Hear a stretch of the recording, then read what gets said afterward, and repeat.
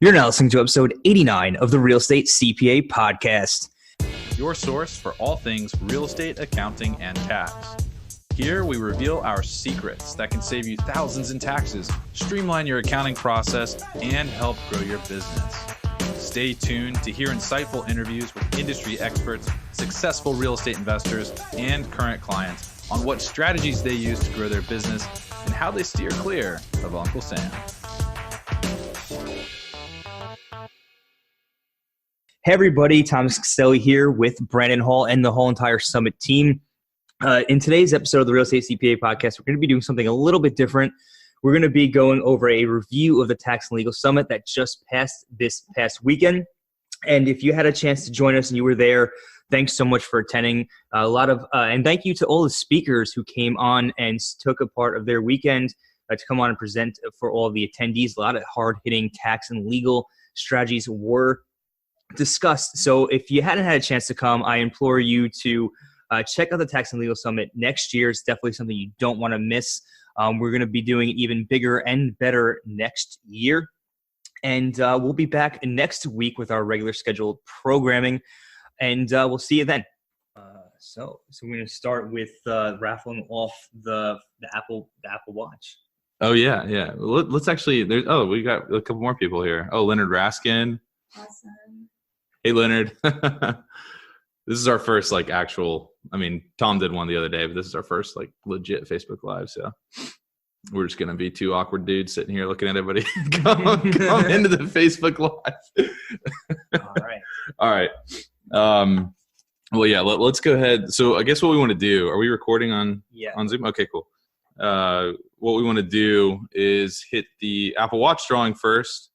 And then we're going to go through some standout speakers, what we learned, and some ideas that we have for next year. So ideas for next year, go ahead and start thinking about some ideas for next year because we're going to talk about it on the podcast. And we are recording the podcast right now. But we're going to talk about it. And if you guys chat some ideas for us, we'll throw that into the podcast too. So this should be pretty cool. So we'll start with the Apple Watch drawing. Now I have this extremely high-tech way of figuring out who's going to win, right? So got my laptop on the left. Is that the left for you? This is the right for me. On the left, on the left-hand side, you're going to see initials. I try to give this site as very little data as possible, obviously. So I just put some initials. It matches to a spreadsheet that I have. So what we're going to do, we're just going to hit this pick random name. And now we're populating. There we go. Oh, wait, who won? Sorry, I got to scroll down. Oh, the winner is LG. Congratulations, LG. Now let's go figure out who LG is. 1 second. LG. I don't even know if I have an LG. How is that possible? Oh, wait, here we go. Lena, I'm going to butcher your last name, Lena Gradjuski. Congratulations, you won an Apple Watch. You need to email us, or our team will email you and get some mailing details. That's an Apple Watch 5, the newest one. So good stuff. Good stuff, Lena. And thanks for everybody. By the way, the Apple Watch drawing, to enter that, you had to share my original LinkedIn post announcing the Tax and Legal Summit. So thank you to everybody that did. We had about 36 people do it. Really appreciate you guys helping us out with that. So thank you so much. And Lena, we will be connecting with you. Leonard says, hey guys, great job. Thank you so much, Leonard. We appreciate you being a part of the summit in a speaker capacity and a participant capacity. And this is a really fun thing to do, to put together. But let's get started, man. Let's talk about this. So who are your standout speakers? My standout speakers, we had Matt Rappaport. He spoke on drop and swaps, which is a 1031 exchange technique where you would drop the property out of the partnership so you and your partners can go into a tick interest, right? So you and your partners can go your separate ways, whether you want, some people might want to do a 1031 exchange. Others may want to just pay their taxes and move on. So that was an excellent presentation. I felt that Matt really brought the heat as always, and definitely recommend it. If you were at the Tax and Legal Summit, definitely recommend checking that out. Matt blew my mind, and I don't know how many of you guys actually went to that presentation, but man, that anytime that Matt is on anything, it's mind blowing. That guy is so freaking smart. Yeah, we had him on the podcast, had him here, and it's just really good stuff. I'm gonna have to go rewatch his presentation probably like 15 times to really grasp the entirety of it. But yeah, mine, Christina, it's like kind of this thing. Yeah, man, I don't want it to fall down. The iPad's kind of losing its stability here. So. And before we forget, Matt, for everybody who's listening here on the podcast who didn't attend the summit, we do have a podcast with Matt Rappaport. So just go ahead and check that out. We'll see if we can get you the episode number at some point. But just if you want to check him out, you can check him out on the podcast as well. Yeah. Matt's a good guy. And Matt, if you ever listen to this podcast, we appreciate you coming out. My first standout speaker was Dan Hanford, second keynote, Sunday morning, 8 a.m. And he kind of walked through his story of being a chiropractor, building a chiropractor business, kind of to the point where he could scale out of it. And I mean, that's everybody's dream, right? To get to the point where you can run a business, but not have to actively participate on an ongoing basis. But then he moved to real estate. And he's got the really cool strategy of being a real estate professional, taking all of his losses from real estate and offsetting his business income from the chiropractor business, because he's working more in real estate than he is in the chiropractor business. So I thought that was really cool to hear. And then he also talked about the no being the most important thing.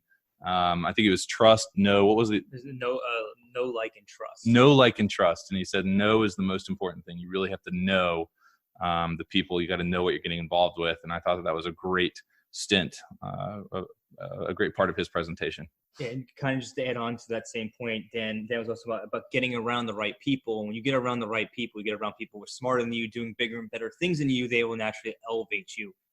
People always say you're the combination of the 5 people you hang around them with most. So if you want to get elevated, then you have to go hang around people who are already doing bigger and better things and add value to their lives. And then they'll start to know, like, and trust you. And that was just one of the key takeaways that I had from the presentation with Dan. Yeah, my second standout speaker was Nate Hare. He did a whole tax conversation on retirement accounts. So he went all the way through SD IRAs, Roth and traditional IRAs. And he talked a lot about conversions, but our team, we were sitting there like, man, these are really good examples. The examples that he gave especially when he was going through the conversions, which can be pretty tricky. It was just very clear, very, very good, very down-to-earth examples. You could kind of put yourself in the shoes of the people in his example. So we thought that was really cool. And we also decided we need to get Nate on the Real Estate CPA podcast. So look for that episode to come out here within the next few weeks or so. Yeah, and then I had Leonard Raskin as one of the standout speakers. He really took, we always hear about the infinite banking concept, this big sexy concept everybody talks about on podcasts, but really hard to understand and who it makes sense for and when to use it. I think that Leonard Raskin did a great job going and presenting and breaking that down, making a complex topic pretty clear for everybody. So if you're here, if you didn't get a chance to check out that presentation and you did come to the Tax and Legal Summit, go ahead and check that out. Highly recommend it. Absolutely. My third standout speaker was Christina. She's actually an employee here at the Real Estate CPA. And she crushed it. I was blown away by her presentation. I didn't get to record or review it or anything beforehand, so it really, really blew me away. But loved so she kind of went through some best practices on the accounting. She talked about what you need to be focused on inside your books, right? So once we're all set up, what do we need to be focused on an ongoing basis? And you want to use the cash accounting method. That's a mistake that we often see folks use, or sometimes they'll just print off a report. It'll be an accrual basis report, but it kind of messes things up. So cash accounting, you want to track all your classes, and that's how you track it by rental property. It's called class tracking.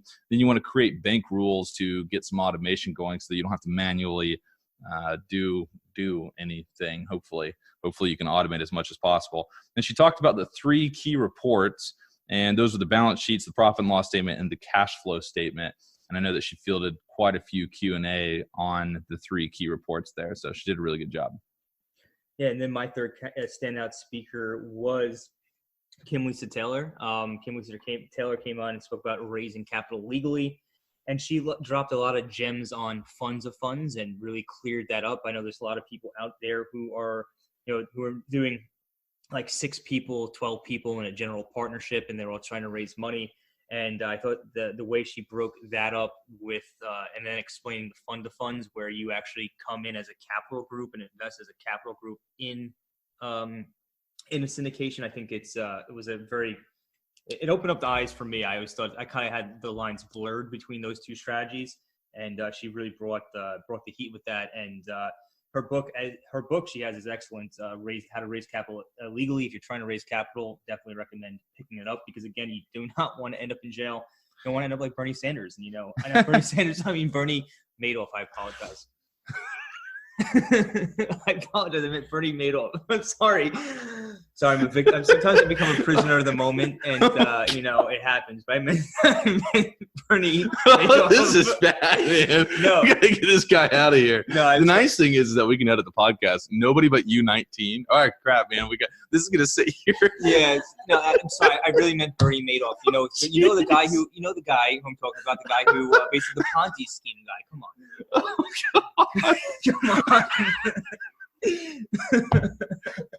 I can't stop laughing. Oh man, that's bad. Oh, Tom. All right. I apologize. Let's recollect. Let's recollect ourselves. Look, we're gaining viewers, dude. People are laughing. People are seeing this comedic show here. We're gaining viewers. This is great. All right. Tom, I think my number one standout speaker was you. Really? Yeah. I didn't get a chance. Good job. I'm honored. I didn't get a chance to see yours, but I will be watching that. Yeah. Didn't you do like a hit by the bus scenario or something? Wasn't that what he did? No. I think fall and break your neck. Yeah. It's Tom. Yeah, great. Val says feel the burn. Awesome. All right. Let's get back to the podcast. We're gonna have to cut like all that from this podcast. Yeah, I'm sorry. The good news is that this is an exclusive group, so you guys get to see behind the scenes, and sometimes that stuff happens. Yeah, Felipe, when you're editing this, by the way, he's our editor. You're gonna have to cut that part out. There was one time on one of our podcasts, we were talking about real estate professional status, and it didn't make the final cut. But Tom basically was like, yeah, I just need a real estate agent as a wife. And if there's anybody out there that, I just died. That was great. It was great. Anyway. All right. We're going to keep cutting this, Felipe. Okay. So what we learned, Tom is amazing. Is what Craig says. And you're good. Thank you, man. I really appreciate that. Craig, you woke up at like 5 a.m., right? You're on the West Coast. Somebody in one of my sessions was like, I woke up at 5 a.m., but this is awesome. So I thought that was you, Craig, but if it wasn't, congratulations to you anyway. Tom should do stand-up. Taylor's in. All right, nice. Okay, cool. So what we learned, for me, what I think something that I learned is just to prepare for some tech issues. It was funny, we were so nervous about the tech issues leading up to this event, and Saturday was so easy. Everything worked perfectly, and then today, for whatever reason, we couldn't get the legal room up and running. That took 15 minutes or so, and then my mic just died during the middle. Like it distorted my voice. Is really weird. So we had to switch to a webcam mic. But yeah, just had some weird tech issues I think it's just something you got to prepare for. So maybe next year we'll have multiple mics multiple nice mics that we can just plug back in. Yeah. What's something you learned? Something I learned, always begin with the end in mind is something that Dan Hanford actually said in his speech. Because when you begin with the end in mind, you can really plan stuff out to be in a certain way to achieve what your goals are. So if anybody listened to Dan's speech and you heard what he did, he, like Brandon said before, he built a business, exited, and now he's using the real estate professional status to wipe out his income from his other businesses. And if you begin with the end in mind, you can strategically plan that out. Now, I thought that was huge. That was one of the key takeaways.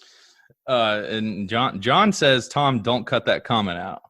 Which comment? The one about feel the burn, man. Bernie Sanders. Oh yeah. No, Tell you what, John. We'll keep it in. We'll keep it in the podcast as long as if anybody flames us on social media, you dive in there and defend us. Okay. Yeah. That's the requirement. All right. So something that I learned was deferred sales trust. Greg Reese talked about deferred sales trust. Just what I learned was that the actual threshold for when it becomes feasible is a $250,000 capital gain. So that was cool. It's cool to actually have a number to keep in mind before you actually pull the trigger on anything like that. All right, then my second key takeaway was the funds model. Again, that was a part of the legal aspect of syndication that was kind of confusing to me. And I was wondering how people always got away with that. How people always got away with, I mean, not get away with it, but how people always made that happen. We were able to raise money for other funds, and with the entire thing of not having too many GPs, but in reality, you're just raising a fund with the explicit intent to go invest in other funds, and you can actually do that all very legally. And she was the first person after speaking to many attorneys to actually clear that up. So that was a key takeaway for me. Nice. And the last one for me was with the 1031 exchange, you can actually do a construction 1031 exchange. So Bill Exeter was talking about 1031s, and it was really cool. One of the Q&As was, if I buy a lot of land, like a lot, not a ton, but if I buy a lot, a plat, and I want to build a property on top of that, can I still roll with a 1031 exchange? And the answer was yes. What would happen is you would buy the plot of land, the QI would hold back your funds. I believe the QI would hold back your funds. I guess I have to go back and look at that presentation, but you have to spend your whatever that amount was that you had to roll over via a normal 1031 exchange. You have to spend that by the end of that 180-day period. So I thought that was really cool tidbit there that Bill gave away. Oh, the improvement exchanges? Yeah, the improvement exchanges. Oh, nice. Yeah, and then the third takeaway I had was from Matt Rappaport.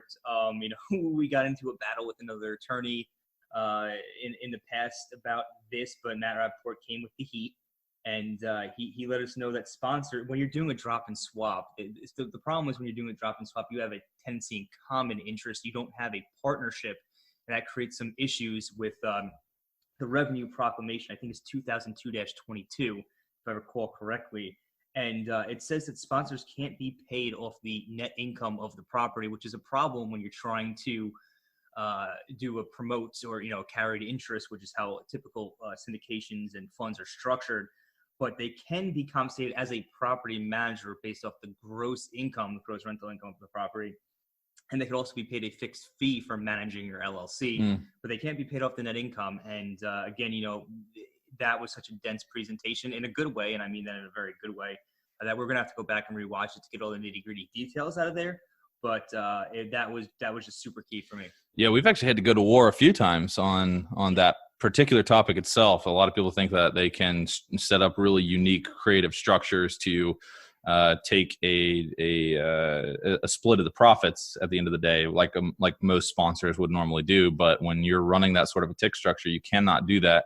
It has to be on the gross income. So you have to look at property management fees and different things like that.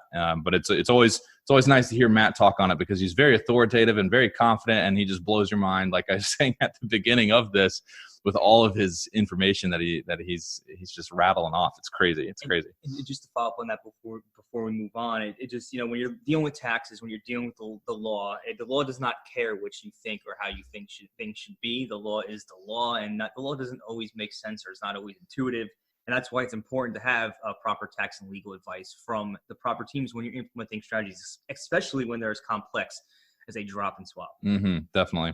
All right, let's move to ideas for next year. If you have ideas for next year, please throw it into the chat right now. I already see Craig, you said start at 9 a.m. Eastern. So that's actually my very first list here, or my very first item is to actually start at 10 a.m. Eastern for all of our West Coast folks.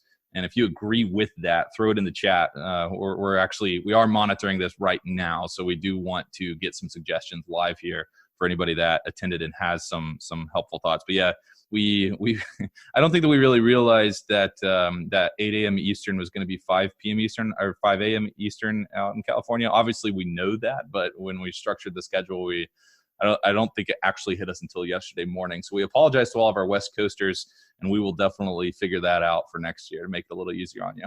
Next year, we're going to plan with the end in mind. One of my key takeaways was to organize the schedule to cover the foundational sessions first and the more complex stuff later. Came to my realization today that we had some of the more complex stuff in the beginning, and that just happened to be the way the scheduling worked out. It was just the first time to the rodeo, one of those things that you learn through experience, and definitely be making a strong effort to get that a little bit more organized and be a little bit more intentional with the scheduling next year. Yeah, definitely. And it looks like Val. Oh yeah, that's a good idea, Val. So Val says make the slides available online. So I'm assuming it's make it available online so you can kind of click through it at the same time. That's a good idea. We should definitely remember that one. And Val says no lunch breaks. Well, Val, unfortunately, even though it is online, we still need to eat. You guys can eat while you watch, but we still need to eat and try to run this thing, and it can be a little hard to coordinate. But I appreciate that. We are almost superhuman. Another idea that I had for next year, it's kind of actually sort of in line with your foundational sessions, was having like a 1.5 hour session or even a 2-hour session for some of the more complex stuff or the stuff that's going to like generate a lot of Q&A. Like I know my real estate professional status conversation, we had a ton of Q&A and we ran right up to the end, and a couple of the sessions were like that too. And so maybe just extending that another 30 minutes on super complex topics or topics that people are really, really interested in would be really helpful for not only speakers, but also attendees. And that was actually one of mine as well, but also to have 5-minute breaks in between. And I know one of the viewers here just had mentioned no lunch breaks, but someone else had commented in one of the sessions I was in that we should maybe consider 5-minute breaks in between. And that's something we'll have to take into consideration to give everybody a breather, chance to take a step away if you need to and come back. Mm-hmm, definitely. I also thought that posting the agenda beforehand is probably a good idea. Mm-hmm. Just to just so that, I mean, I know that a lot of you guys were asking what the agenda was, and we were sort of kind of running up against the wire trying to finalize it all, but at least being able to post what we have, I think at a bare minimum a week beforehand would not only help all of our attendees plan their weekend, but also help anybody else. Like we did a couple sales pushes this past week, and I think it would help kind of demonstrate that value proposition a little bit better if we had that agenda ready to rock and roll and then send it out to the masses too. And then I had one on get Q&As in advance. So maybe we, with the agenda, as we put together the agenda and make it available to people next year, we can solicit the questions in advance, and we could kind of find out what are the most frequently asked questions, and also maybe give some of those questions to the speakers beforehand, so it can maybe tailor their presentation a little bit to the questions that people are asking. Yeah, definitely. All right, so I'm really curious to hear what our Facebook Live fans think about this particular idea that I just kind of randomly came up with yesterday evening. So my idea here is that the VIP tickets that we sell next year, maybe we only sell like 5 or 10. So we like limit it to 5 or 10 VIP tickets. Maybe that gets you like a live behind the scenes, like you actually come here with the team and you watch it all here. I don't know if that would be valuable. I don't know if that's like something cool that you guys want or would be something interesting. We were just thinking about it, like how do you make like a really true VIP experience with an online event? Well, you could set it up in a way where the VIPs actually get to come hang out with the team and get to see both sessions and just kind of walk back and forth, because we have like 2 completely separate rooms here for the session. So chat me in Facebook Live here if you think that that's a good idea, or if you think, nah, that's probably not something that you want to do. It was just something that I randomly came up with, and I wanted to see what people thought. And the last thing I had here on my list was, and we tried to do this, it just, like we said, we ran up against the wall here. The Facebook Live presentations presented right through Zoom onto Facebook Live. And we tried doing it, just experienced some technical difficulties at the last minute. But next year, I think we might give that another shot, see if we can get them going.